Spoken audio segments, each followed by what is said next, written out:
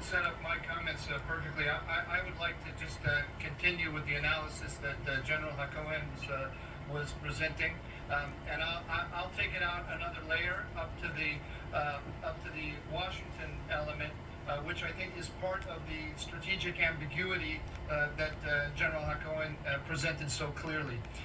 There is a pathology at the center of American foreign policy, and this is a part of the problem that Israel has right now.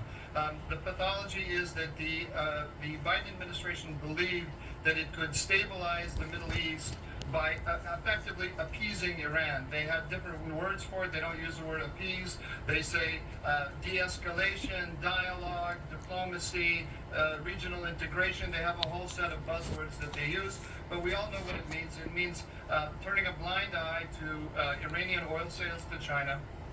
They don't want to take Iranian oil off the market. That would be very problematic for them in terms of their larger foreign policy goals. They have been working to come up with channels of communication with the Iranians to stabilize the region, all across the region, with the Houthis in Yemen, in Iraq, and elsewhere. They were hoping to bring Israel into this system. And that was the essence of the maritime border agreement that was made with the Lapid government. That was, in essence, concessions to Hezbollah from Israel in order to stabilize it. And we were all told that a partnership had been created. When the administration was not ready for this attack, which is an attack by Iran on not just Israel, but on the American alliance system. They refused to define it this way. The American policy at this point is trying to neck down the front and trying to localize it in Gaza. And I have a slight disagreement with General Hakohen here. I don't believe that because of this dialogue with the Americans, I don't believe that even the Southern commander knows exactly what he's going to do when he goes into Gaza, because he's going to come up against very powerful American restraints. We have already seen those. We've already seen those. The Israelis put a siege around Gaza, and the Americans broke it. And Defense Minister Gallant himself admitted that publicly.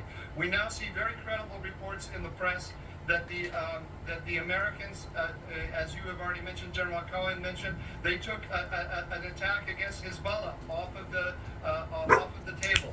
So what has happened is, in the dialogue between the United States and the Israelis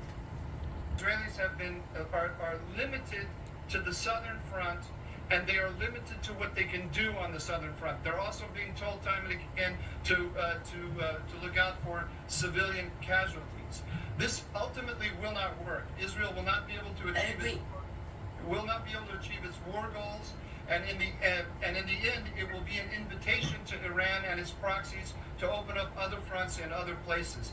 The only way to end this is for the United States and Israel together to establish escalation dominance over Iran, not just over Hamas or Hezbollah.